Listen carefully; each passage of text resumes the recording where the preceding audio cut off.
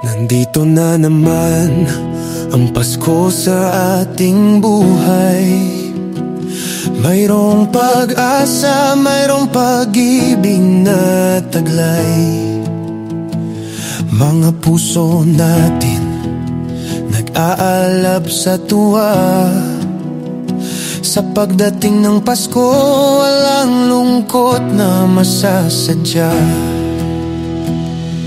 Paskong pag-ibig, Paskong pag-asa.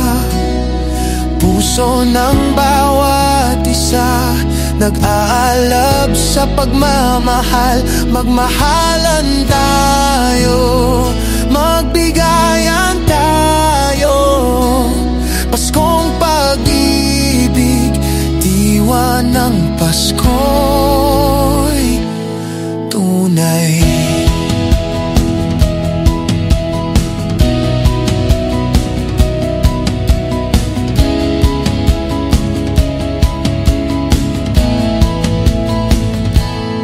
Mga regalo, mga ilaw at mga ngiti.